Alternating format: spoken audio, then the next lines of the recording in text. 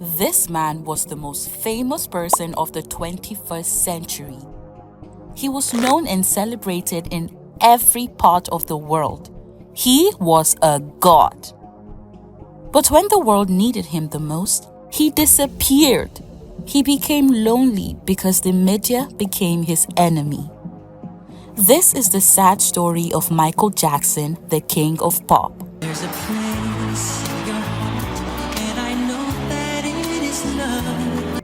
When Michael Jackson died, something unbelievable happened. The world of the internet crashed. Google crashed. Twitter froze. Wikipedia went down. The world stopped. But nobody stopped to ask, what really killed him? In this documentary, I am going to unveil the man behind the death of Michael Jackson. Some of the hidden secrets you have not heard about. Brace yourself. This is Fame and Fallouts. To understand the truth behind the death of Michael Jackson, his life, and the painful truth behind his fame, let's go back to the very beginning, shall we?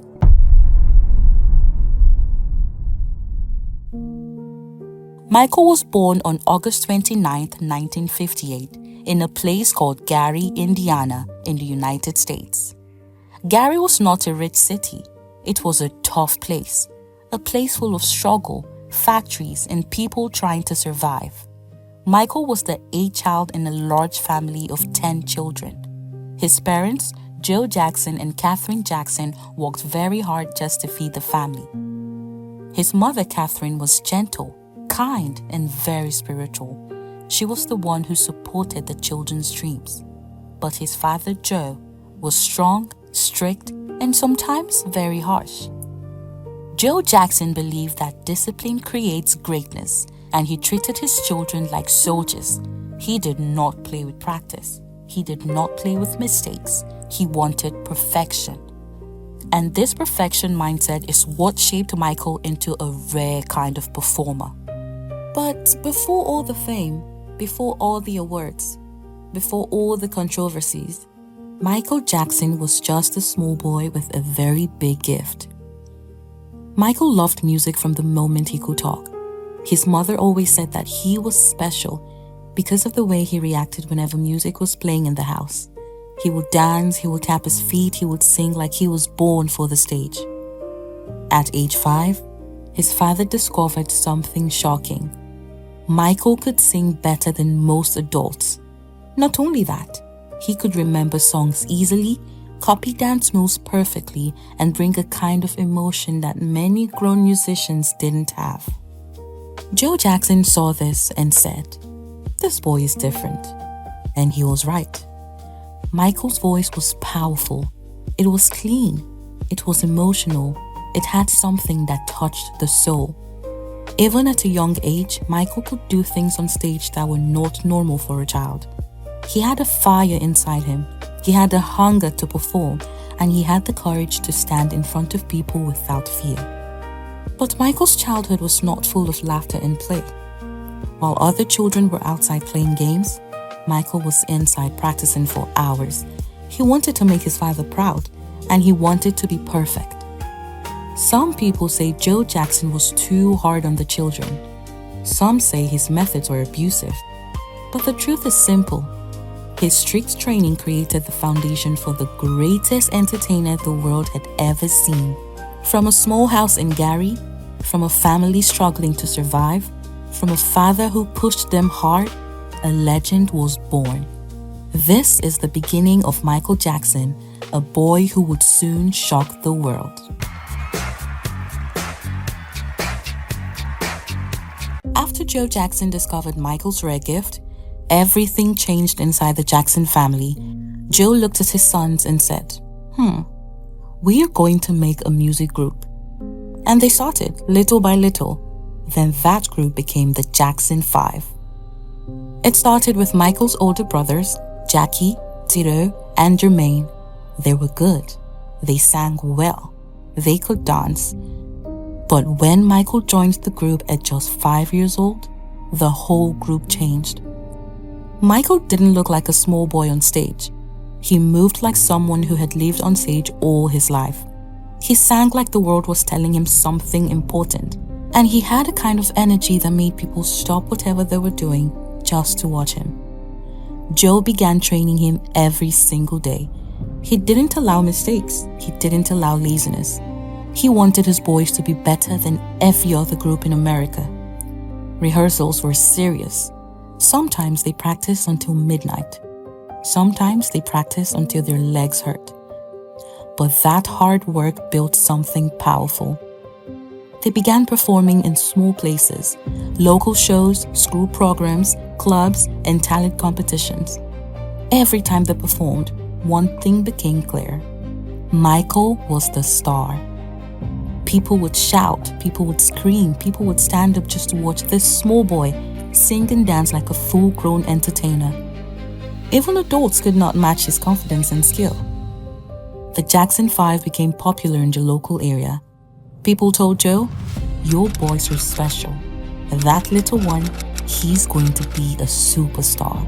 By 1968, Joe knew it was time to take the boys to the big stage. So he arranged an audition with Motown Records, one of the biggest record labels in America. During the audition, the Jackson 5 shocked everyone, but Michael shocked the room the most. He sang with so much emotion that the record executives were confused. They couldn't believe they were listening to a child. He danced like he had electricity inside him.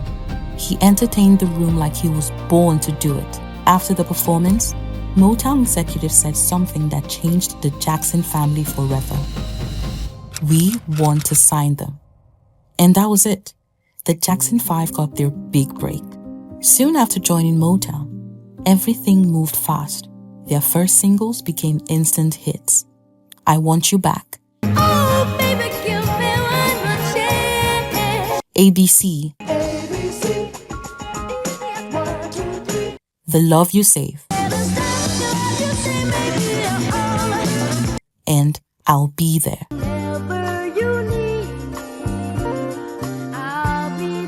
These songs did not only top the charts, they introduced Michael Jackson to the world.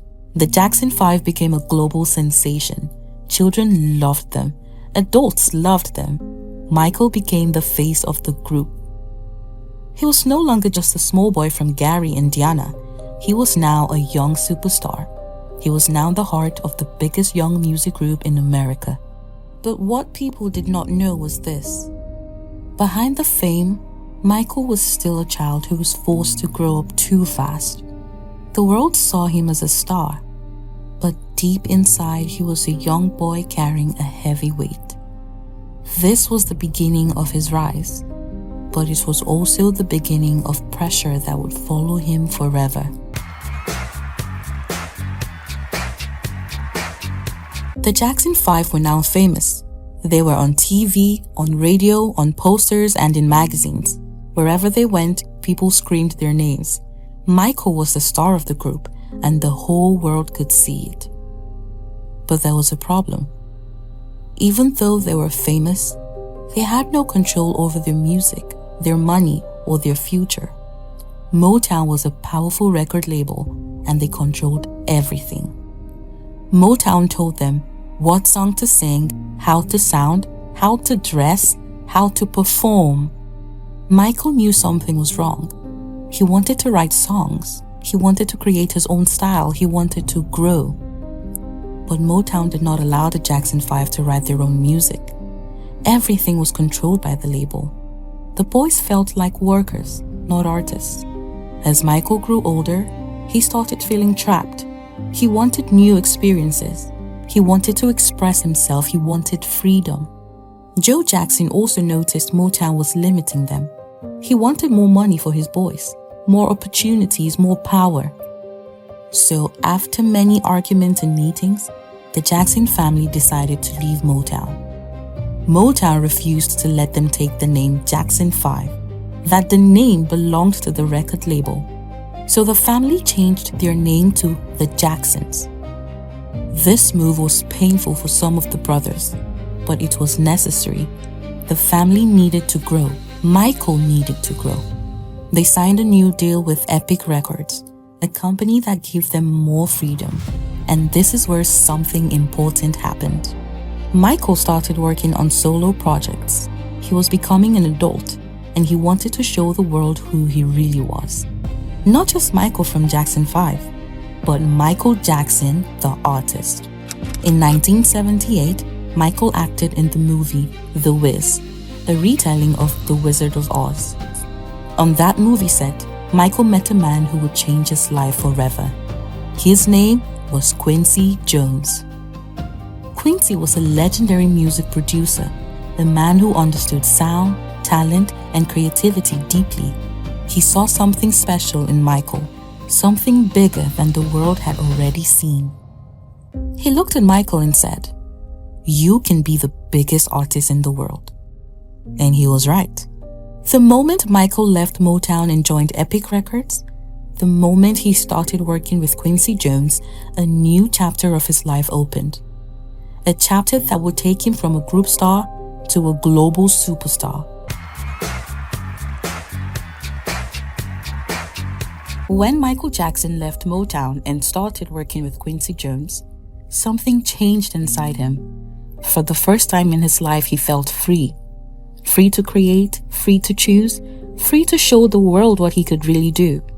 Michael didn't want to be seen as a child star anymore. He wanted respect. He wanted to stand on his own. He wanted a sound that belonged to him. So in 1979, Michael and Quincy Jones began working on a new album. This album would become Off the Wall. At that time, nobody expected anything big from Michael. People still saw him as the small boy from Jackson 5. They didn't know he was about to change the entire music industry. Michael worked harder than anyone. He practiced for hours. He rehearsed every note. He pushed himself until the music felt perfect. He wanted an album that made people dance and also made people feel something. He recorded songs like Don't Stop Till You Get Enough, Rock With You, Off the Wall, She's Out of My Life. She's out of my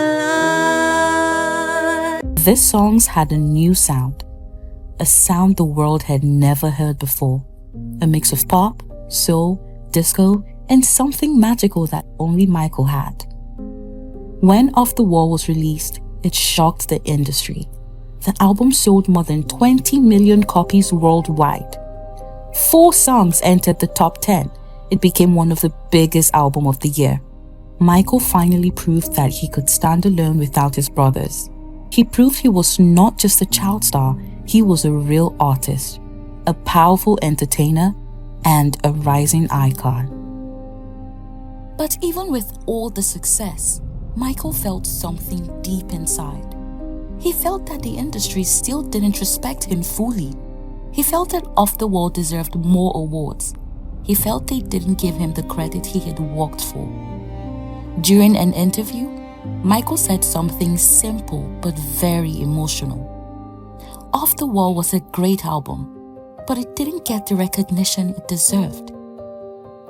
Inside him, a fire started burning, a fire of ambition, a fire of hunger, a fire to create something bigger, something no one had ever seen before. Michael wanted to break records. He wanted to break barriers. He wanted to make an album that would shake the world.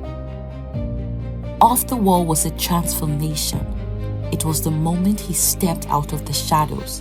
It was the moment he realized how powerful he truly was. After Off the Wall, Michael Jackson tasted success. But he wanted more. He didn't just want to become famous. He wanted to be unstoppable. He wanted to create an album that would break every record, an album that would shake the world, an album that would make people say, there will never be another Michael Jackson.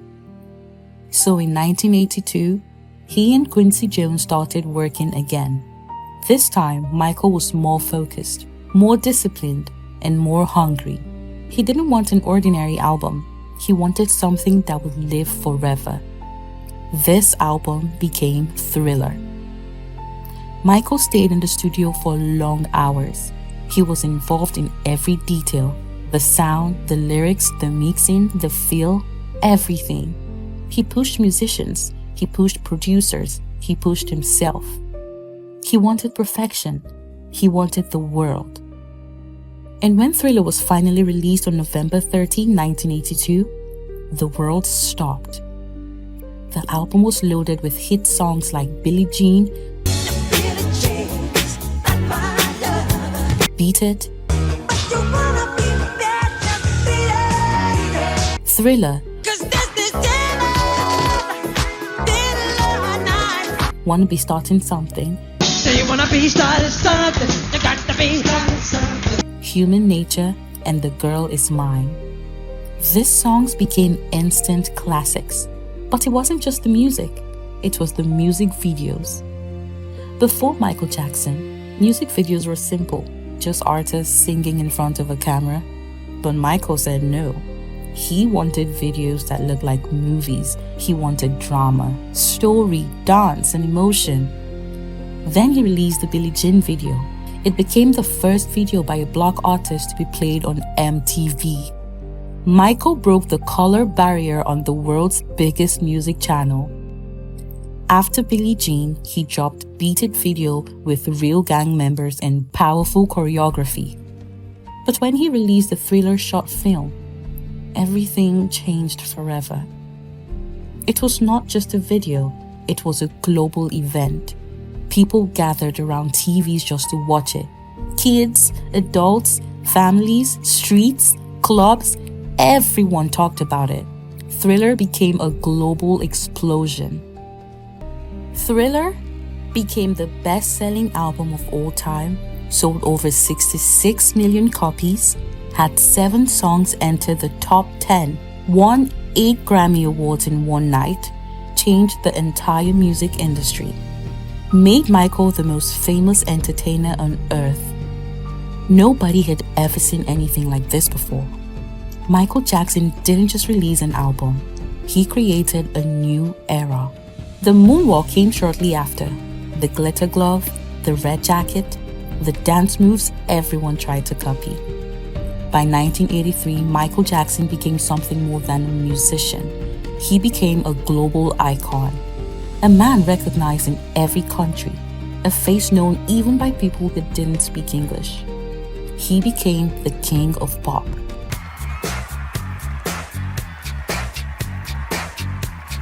After Thriller, Michael Jackson reached a level no human had ever reached in music.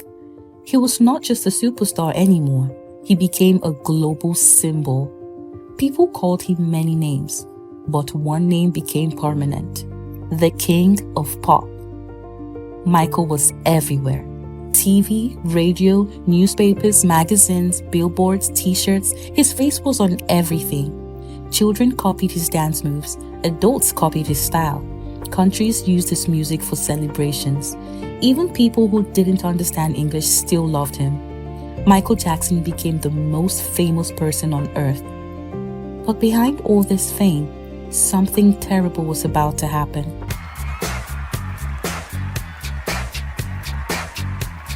In 1984, Michael Jackson walked onto a Pepsi stage with joy. He smiled, he danced, he gave his best as always. But within seconds, his whole life changed. A firework misfired. It shot straight into his head. His hair exploded into flames. Michael didn't even realize it at first because he was still performing, still trying to entertain his fans. By the time people rushed to help him, his scalp was burning. The smell of fire and pain filled the air. He suffered second and third degree burns. The injury looked small on camera, but the pain stayed with him forever. They operated on him. They cut his skin from other parts of his body to repair his scalp. They gave him strong pain medicine because the pain was unbearable. Michael cried quietly in hospital beds. He couldn't sleep, he couldn't rest. Even wearing a wig hurt him. This was the moment that changed him. The silent start of the pain that followed him for 25 years. And yet, even with the bandages on his head, even with pain in his body, even with fear in his heart, Michael returned to the stage. Why? Because he didn't want to disappoint the world that loved him. He smiled through pain, he danced through pain, he lived through pain. But this accident planted the seed of the medicine dependence that would one day play a role in the end of his life. A small spark on a Pepsi stage became the beginning of a lifetime of suffering for the man who only wanted to make the world happy.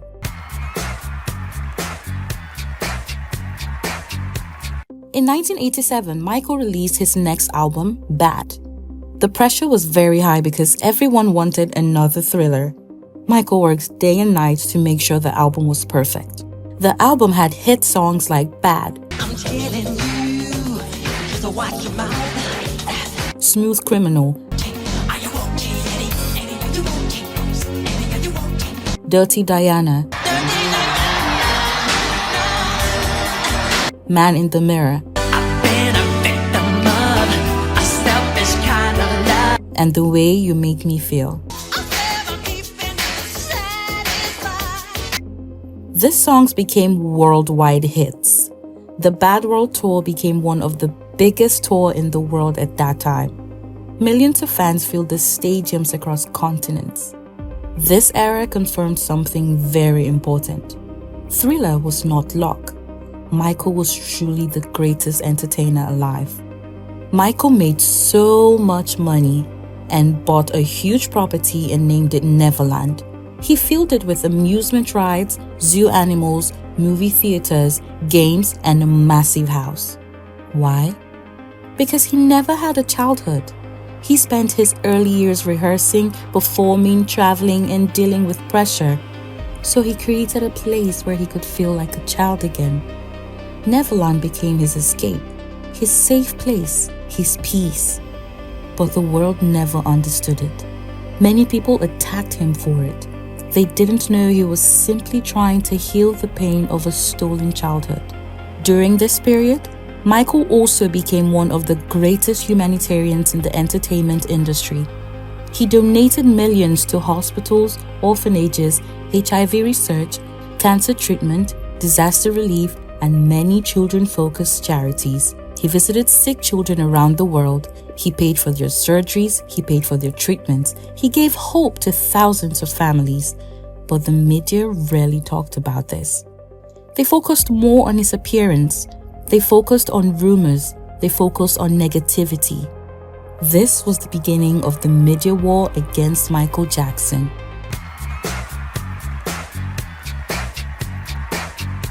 Michael was now the biggest entertainer in the world. He couldn't walk anywhere without being followed by hundreds of people. He couldn't eat outside, he couldn't go shopping, he couldn't live a normal life. Every move he made was news. Every change on his face was a headline. Every rumor became a story. People wanted more from him. They expected him to be perfect forever. And as his fame grew, the pressure grew. Michael was flying higher than anyone in history. But he didn't know that the higher you fly, the more painful the fall becomes. After the Pepsi commercial fire accident in 1984, Michael began experiencing constant pain. The burns on his scalp were deep.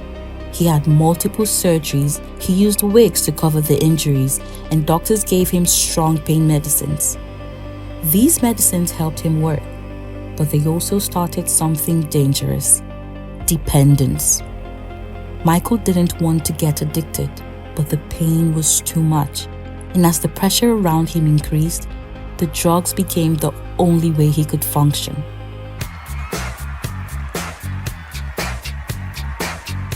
At first, the media loved him. They celebrated him, they praised him. But as he became more powerful, as he became more loved, as he became more successful, the media turned him into a target. They accused him of being strange. They mocked his face, They joked about his skin color. They created stories that were not true. They followed him everywhere. They made fun of his quiet personality. Every day, Michael woke up to new lies about himself. This made him more lonely, more anxious, more paranoid, more isolated. He couldn't go anywhere without being attacked by cameras and reporters. Michael only had a few nose surgeries and some work on his chin, but the media exaggerated everything.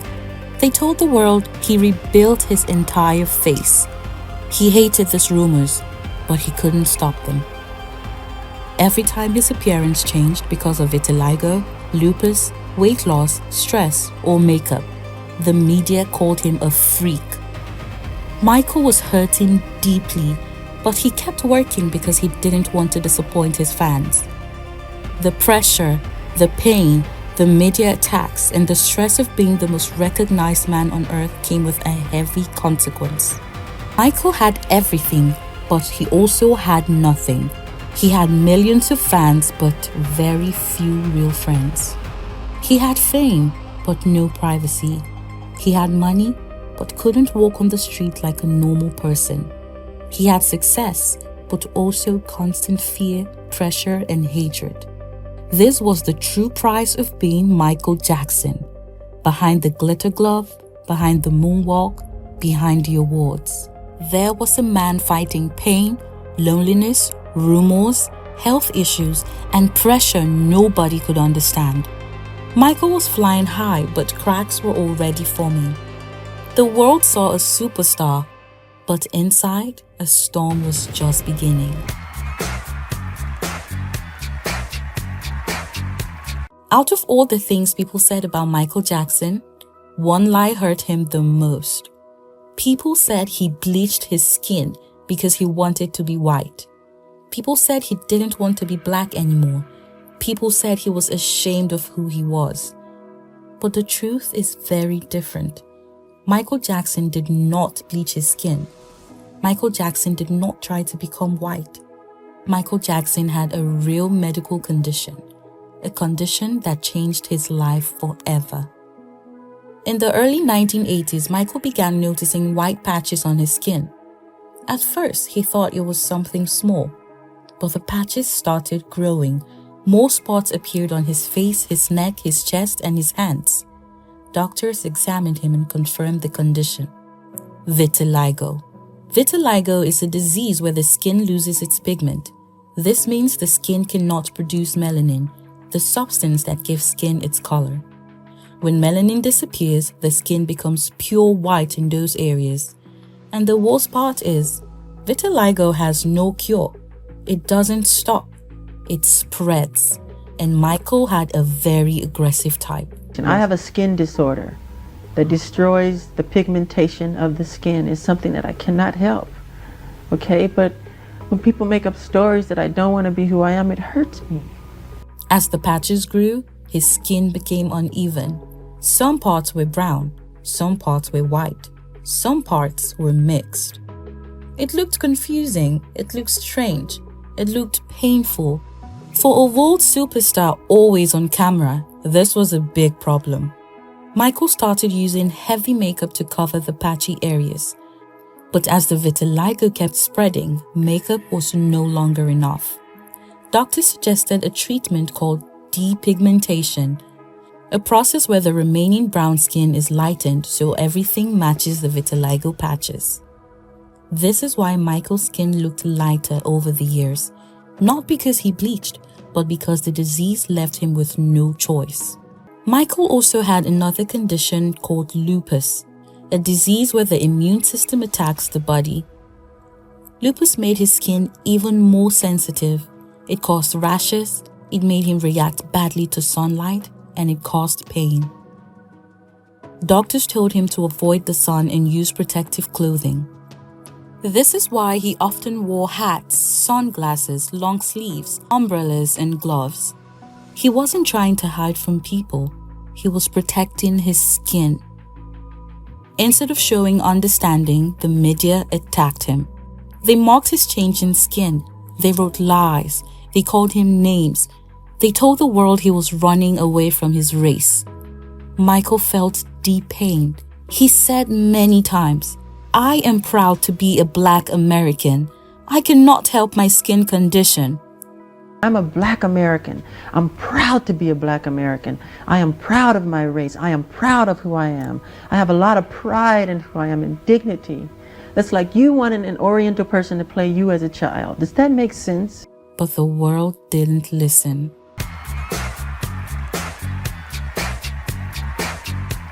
As Michael Jackson became the biggest entertainer in the world, something dark started happening around him. Everybody wanted something from him. His money, his fame, his name, his kindness. Michael trusted people easily. He believed in helping others. He believed in giving. But not everyone had good intentions. Some people came close to him because they loved him, but many came because they wanted to use him. This was the beginning of years of exploitation, money loss, and deep betrayal. Michael was a musical genius, but he didn't enjoy business. He didn't like paperwork. He didn't like contracts. He didn't like meetings. He just wanted to create music and trust others to handle the rest. But this trust became a big problem. People who handled his business took advantage of him. Some managers signed deals behind his back. Some accountants hid money from him. Some lawyers did not protect him. Some friends used him to become rich. Michael didn't know this for many years. He was always busy performing, traveling, and creating. Michael's heart was too soft.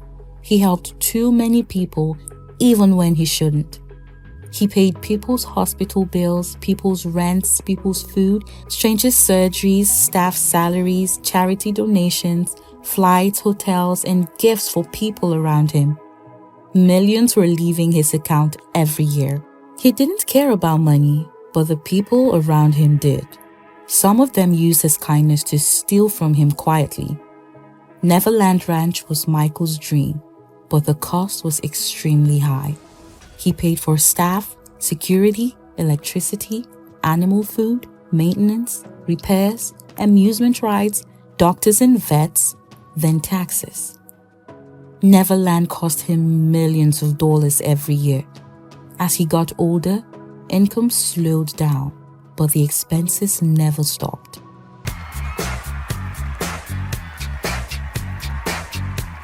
Michael had a long fight with Sony Music. He felt they were cheating him. He felt they were controlling him. He felt they wanted to own his music forever. Michael even told the world, "Sony is trying to destroy me." This fight made the industry turn against him. Many powerful people didn't want him to control his music rights. They didn't want him to be independent.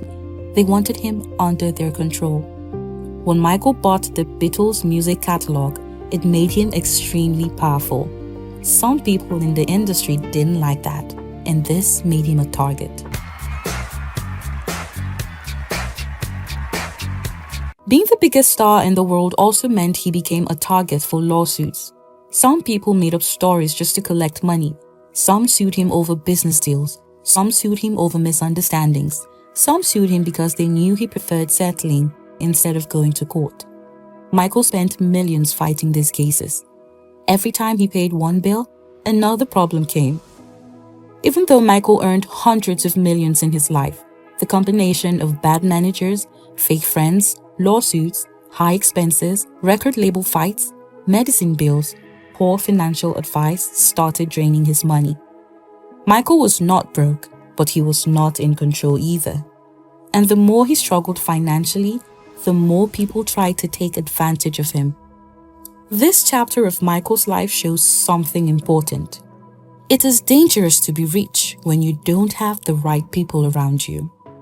Michael Jackson was a musical king, but behind the scenes, he was surrounded by people who wanted to take from him, not protect him. This pain, stress, and betrayal prepared the ground for the bigger problems that were coming.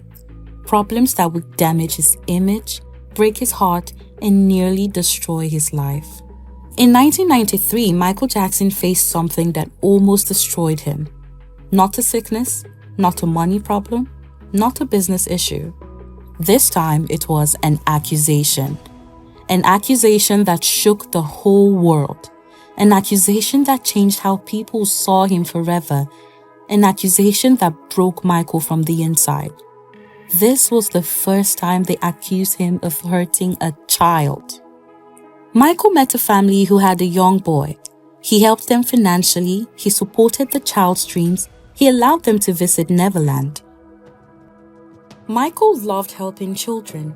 He saw himself in them because he never had a childhood. He treated them with kindness, gifts, movies, and fun. But this kindness was misunderstood, and this kindness was used against him. One day, the boy's father accused Michael of abusing his son. The news spread like wildfire. The media jumped on it immediately. They didn't wait for proof. They didn't wait for facts. They didn't wait for investigation. They just attacked. Michael Jackson, the biggest entertainer in the world, was suddenly being called a monster. One morning, police entered Neverland like it was a criminal hideout. They searched his rooms, they searched his personal belongings, they searched every corner. Michael stood there in shock. This was the place he built as a safe haven for children, a place of joy, a place of peace. But now, it was being treated like a crime scene. Even though they found nothing, the damage was already done. The world had already judged him.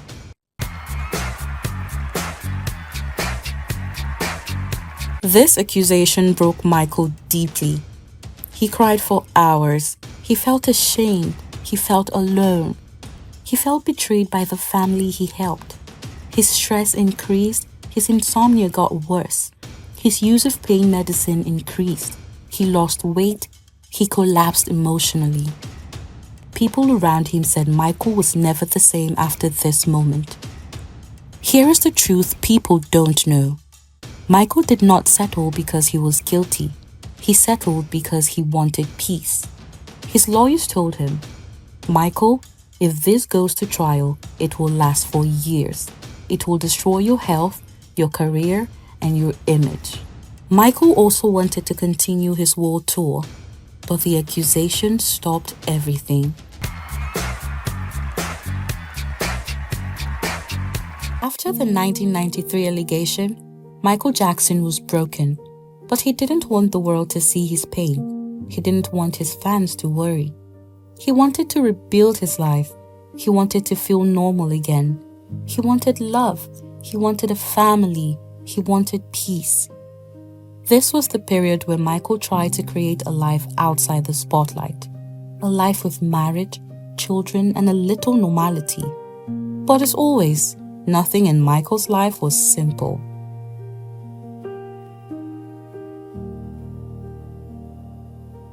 In 1994, Michael shocked the world when he married Lisa Marie Presley, the daughter of Elvis Presley. People were surprised. Some didn't believe it. Some thought it was fake. Some thought Michael married her to clean his image after the allegation. Michael and Lisa Marie truly cared about each other. Lisa Marie understood the pressure of being from a famous family. She understood what fame does to a person. She understood pain, so they connected deeply. But the media continued attacking them. People judged their relationship every day. The pressure became too much. By 1996, they divorced. Michael said he loved her, but he couldn't handle the stress of the public attention on their marriage. And Lisa Marie later admitted that she didn't fully understand how damaged Michael was at the time.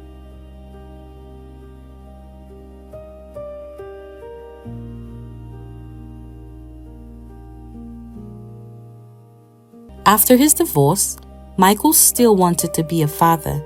He wanted to build the family he never had. He wanted children to feel the loneliness in his heart. So in 1996, he married Debbie Rowe, a nurse who worked with his dermatologist. Debbie understood Michael's desire to have kids. She supported him. She didn't chase fame. She didn't chase attention. Together, they had Prince, Michael Joseph Jackson Jr., born in 1997, Paris Jackson, born in 1998. Debbie later gave Michael full custody because she believed the children were safer with him. Michael loved his kids deeply. He protected them with everything he had. He didn't want them to experience the pain he went through as a child star. He tried to give them love.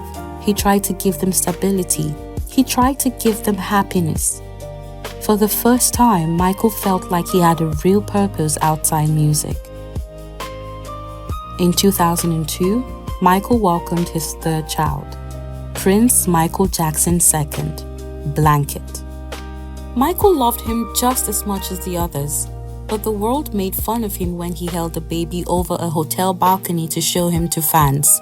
Michael apologized immediately. He said he got carried away by excitement, but the media used that moment to attack him again. Michael wanted a simple life with his children. He wanted them to laugh, play, and enjoy childhood. At Neverland, he created playgrounds, water parks, movie theaters, animal areas, Christmas decorations, birthday surprises, fun activities. He wanted his children to have everything he never had. But even with all the effort, Michael could never escape the spotlight. Every move he made with his children became news. Every picture became a headline. Every rumor became a story. He wanted privacy, but privacy never came.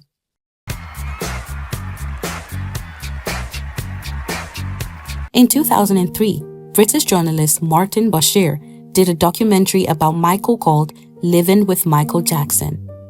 Michael trusted Martin. He believed Bashir would show the world the real Michael, the loving father, the humanitarian, the misunderstood human being. But Bashir betrayed him. He edited the documentary in a way that made Michael look strange. He made Michael's kindness look suspicious. He made Neverland look like a dangerous place. Worst of all, Michael said something innocent that the media turned into a scandal. He said he sometimes allowed children to sleep in his room. Not with him, but inside his large multi-room living area, because he believed in kindness, sharing, and love. He didn't mean anything bad, but the world twisted his words. And within months, a young boy from the documentary accused Michael of abusing him. This time, the police didn't wait. They raided Neverland again.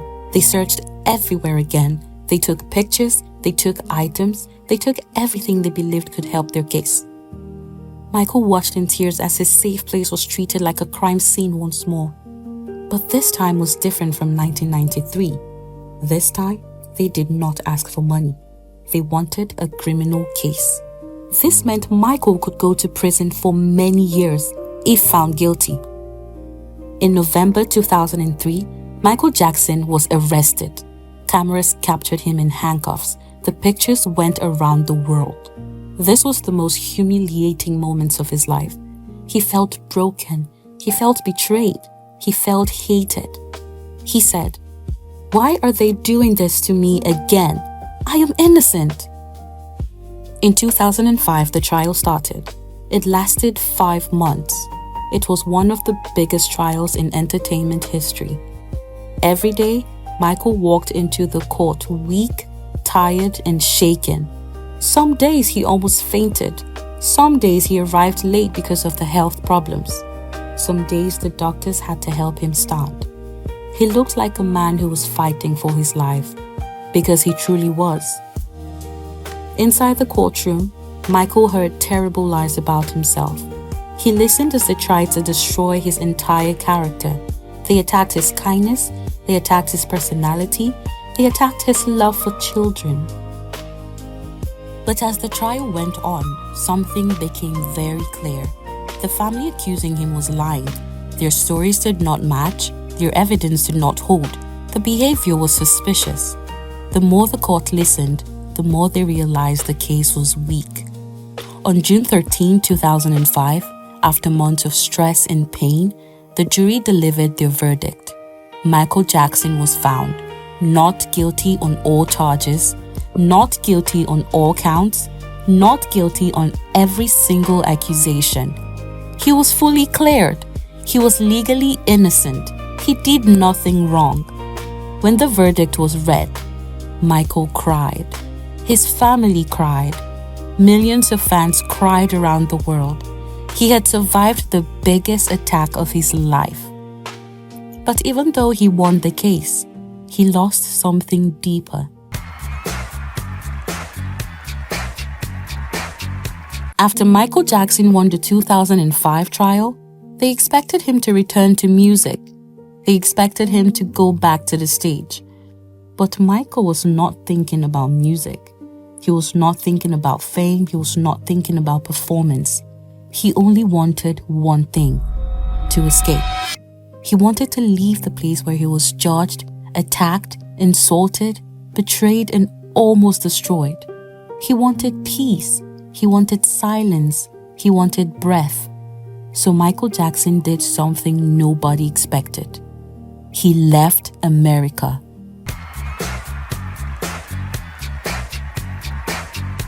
Michael Jackson moved to the Kingdom of Bahrain, a quiet country in the Middle East. The royal family welcomed him warmly. They protected him.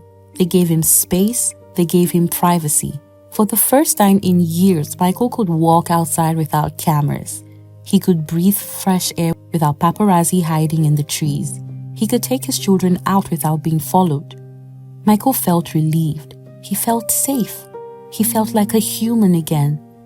He began writing music slowly. He talked about new ideas. He talked about a new album. He talked about healing. But emotionally and physically, he was still broken.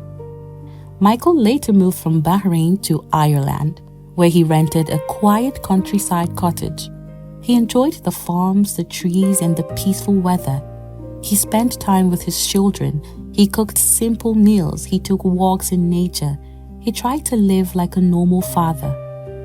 For a moment, life felt calm. But deep inside, Michael knew he could not run forever.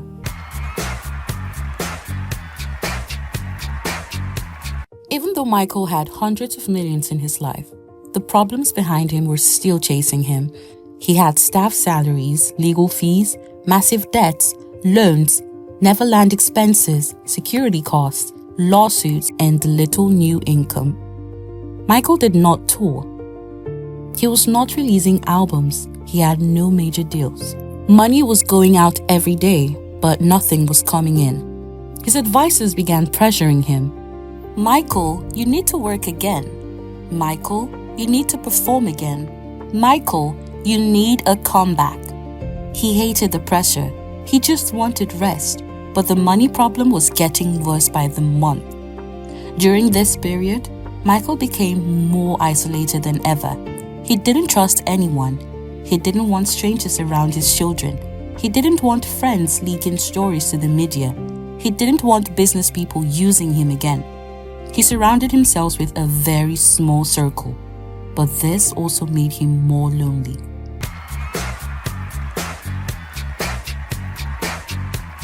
AEG Live is one of the biggest concert promoters in the world. They saw an opportunity. Michael Jackson had not performed in years. If he returned, it would be the biggest event in music history. They contacted Michael with a simple idea. Let's do one big comeback show in London.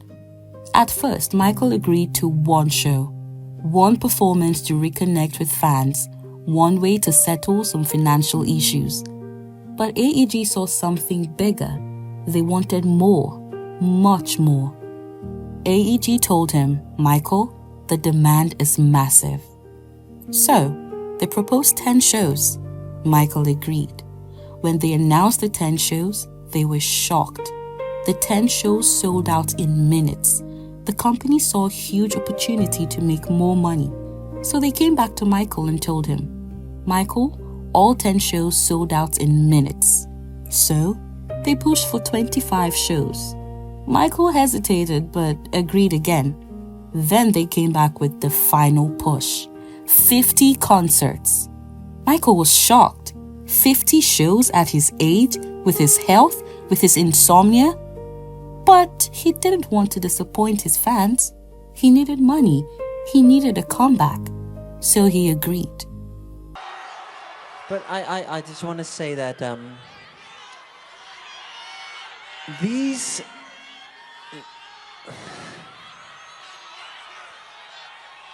these will be my final show performances in London. This will be it. This is it. And when I say this is it, it really means this is it. Because I'll be performing the songs my fans want to hear. This is it. I mean, this is really it. This is the final curtain call. Okay? And I'll see you in July. But deep inside, Michael knew he wasn't physically ready for such pressure. The contract Michael signed with AEG Live was extremely strict. It said Michael had to attend rehearsals, Michael had to perform all shows.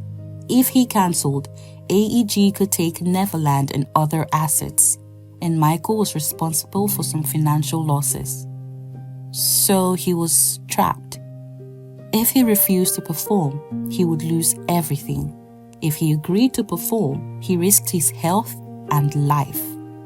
Once rehearsals for This Is It started, the dancers were excited, the crew was excited, the world was excited. But the star of the show was struggling. Some days Michael looked strong. He danced with strength. He sang beautifully.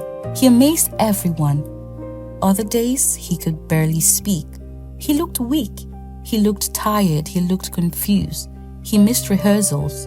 He couldn't focus. Some people around him noticed. Some said he was too thin. Some said he was too stressed. Some said he wasn't sleeping. Michael kept saying, "I can't sleep. I just want to sleep." Behind the scenes, AEG was pushing hard. They told Michael, "Rehearse more. Show up on time. You must do this." Their money was already invested. They needed Michael on stage no matter what. They even sent emails saying Michael was a mess and needed tough love. Instead of asking what was wrong, they put more pressure on him. Michael felt trapped again, just like he felt during the trial, just like he felt during his childhood. Because of his insomnia and stress, Michael asked for a doctor who could stay with him full-time. He said he needed help sleeping, help with energy, help with pain, help managing rehearsals. AEG told him, "We will hire one for you." And that was the moment that everything changed. AEG approved a doctor who was willing to do anything Michael asked, even things that no real doctor should ever do. That doctor was Dr. Conrad Murray.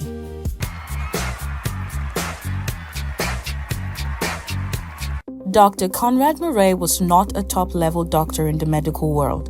He was a cardiologist working in small clinics. He had money problems, he had many debts, he had many girlfriends, he had many child support issues. He was living a lifestyle he couldn't afford. He needed money. He needed a big opportunity. He needed a way out of his financial troubles. So when he heard Michael Jackson needed a personal doctor, he said yes immediately. AEG Live agreed to pay him $150,000 per month, a salary far bigger than anything he had ever received. To Dr. Murray, this was not just a job, this was a jackpot. Michael didn't know Murray very well. They had met before for small treatments. Michael liked that he was soft-spoken. He liked that Murray was willing to help him sleep. He liked that Murray said yes to almost everything. Michael didn't want a strict doctor. He wanted someone who would listen to him, even when his requests were unusual. And Murray gave Michael exactly what he wanted.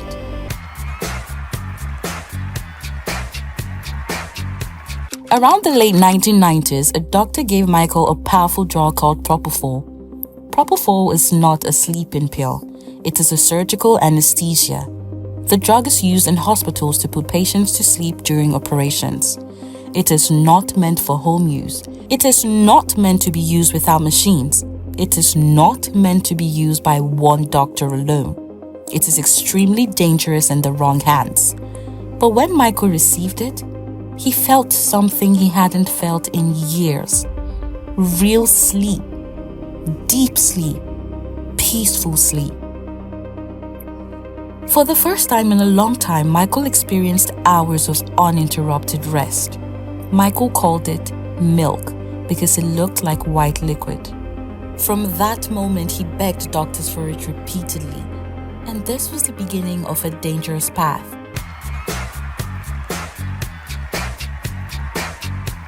People close to Michael noticed that he was losing weight. He was shaky. He was confused. He was tired. He looked weak. He sometimes slurred his words. His heart was racing and he missed rehearsals. AEG pressured him. Murray ignored the danger signs. The crew whispered behind the scenes. Something is wrong with Michael.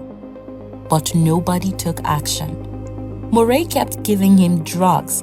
Michael kept begging for sleep. The concerts kept getting closer. And the world's greatest entertainer was getting closer to the end. By May and June 2009, Michael Jackson was deep into rehearsals for the This Is It concert. On the outside, it looked like a normal comeback. On the inside, it was a silent crisis. Michael was shaking. Michael was losing weight. Michael was struggling to remember lyrics. Michael was forgetting dance steps he created himself. Michael was complaining of chest pain. Michael was exhausted. But he kept going because he didn't want to disappoint his fans, and because the pressure from AEG life was heavy on his shoulders. This was the final showdown, the last weeks of the greatest entertainer the world had ever seen. People who worked with him noticed things. His clothes were getting too big for him. His legs looked thin like sticks. His voice sounded dry and weak. He kept saying, "I'm tired. So tired." He complained about not sleeping at all. He felt cold when others felt warm. He missed cues during songs. He stared blankly sometimes like he was lost. He held his ribs when breathing. This was not a man preparing for 50 concerts. This was a man whose body was shutting down.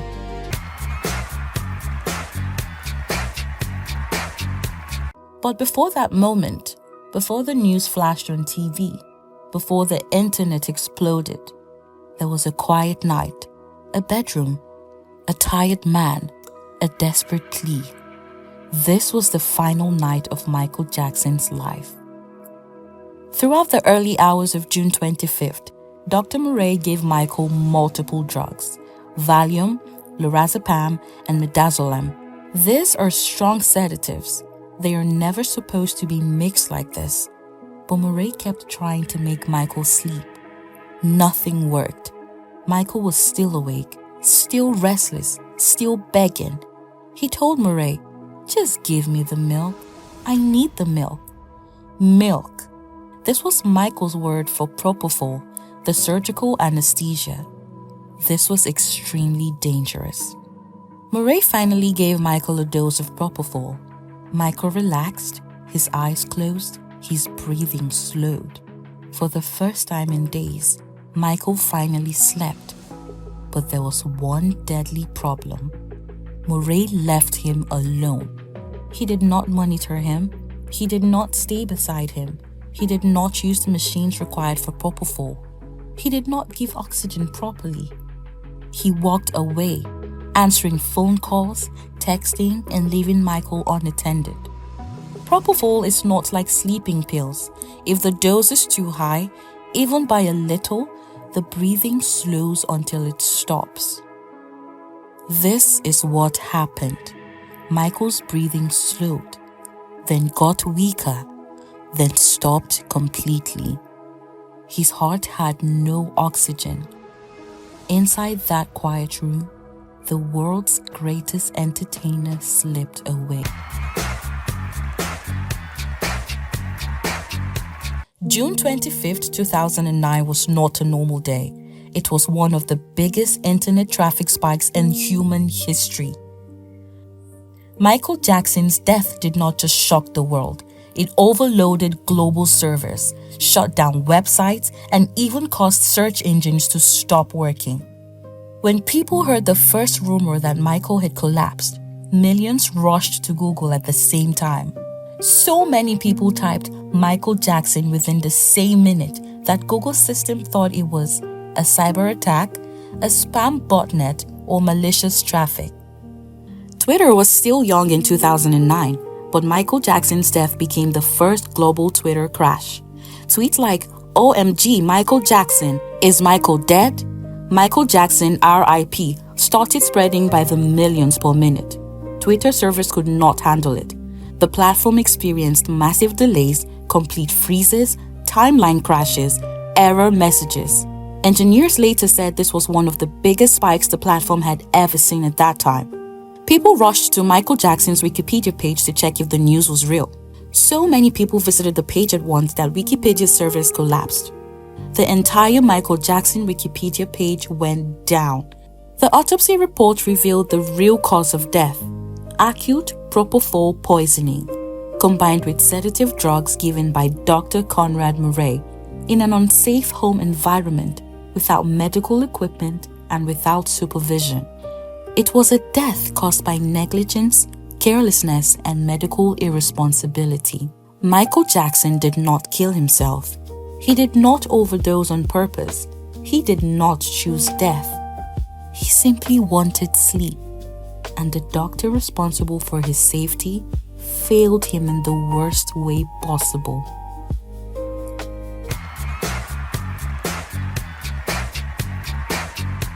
Right after Michael Jackson died, the world demanded answers. People wanted to know, what really happened in that bedroom? How could the greatest entertainer in the world die like this? Who was responsible? The investigation began immediately, and everything pointed to one man, Dr. Conrad Murray. Police arrived at Michael's house in Los Angeles. They questioned the staff, they questioned security, they questioned Dr. Murray. At first, Murray tried to act innocent. He said Michael had a bad reaction. He said he didn't know what went wrong. He told different stories to different people. But the police quickly realized something was wrong. Michael did not die from a reaction. He died from a powerful hospital drug mixed with sedatives given in a bedroom without monitoring machines by a doctor who left the patient alone. This was not an accident. This was negligence. Dangerous negligence. Inside Michael's bedroom, investigators found empty medicine bottles, sedatives, IV bags, syringes, oxygen tanks, scattered medical equipment, vials of Propofol, bags hidden in closets, strange setups not used in professional care. This was not a real medical environment. It looked like a secret clinic inside a house. It was messy and unsafe. Propofol is supposed to be used only in hospitals, but Murray used it on a bed, in a home.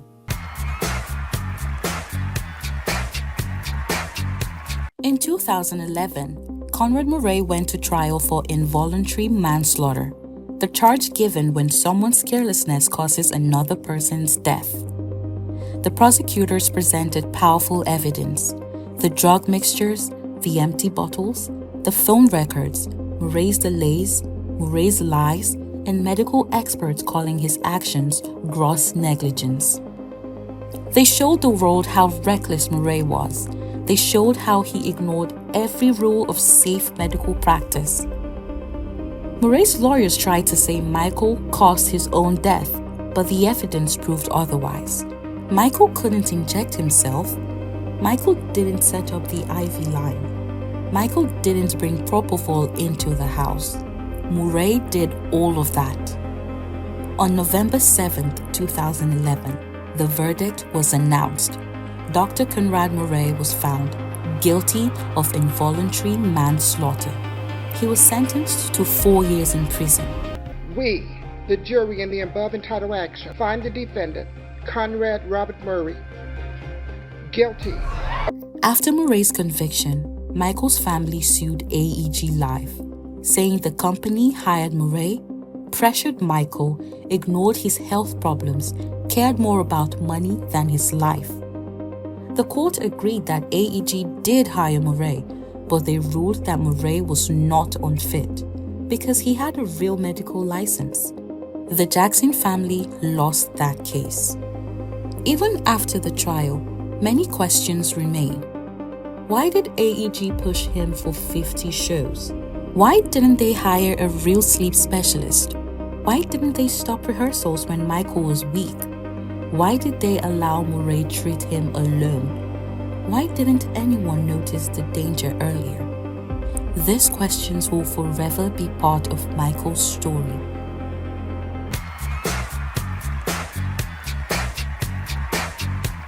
Michael Jackson is gone, but his impact did not die with him. His music did not die. His influence did not die. His name did not die. In fact, after his death, the world realized something.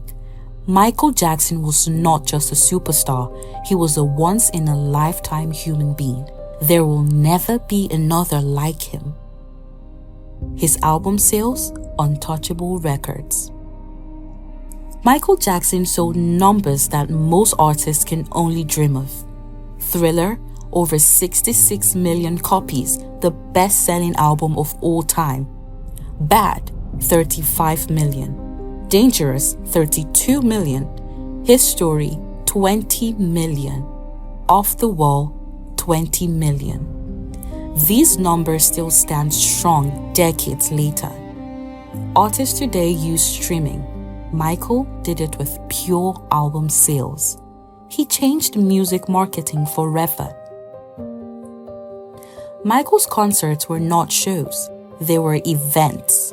People fainted, people cried, people traveled across countries just to see him. Some of his biggest tours were Bad World Tour, the first tour by a solo artist to gross over $100 million. Dangerous World Tour, huge stadiums, massive crowds, unmatched energy. His Story World Tour, one of the highest grossing tours ever at that time.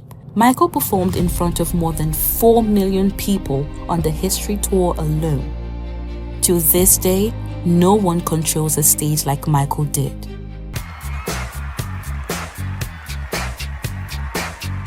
Michael Jackson holds more awards than almost any artist in history.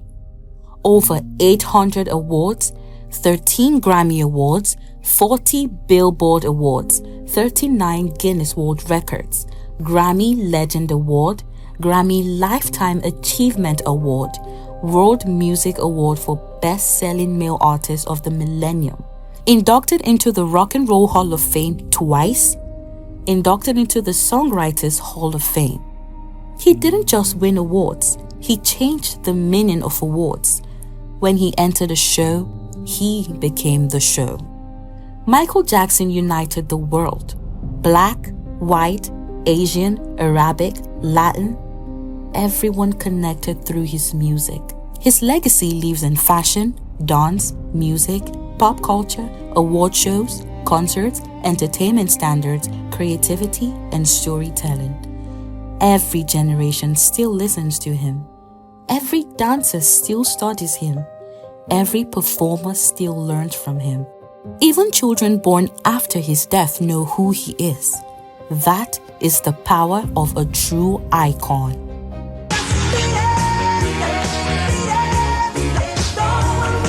If you love stories like this, don't forget to subscribe, turn on the bell button so you don't miss other amazing stories like this.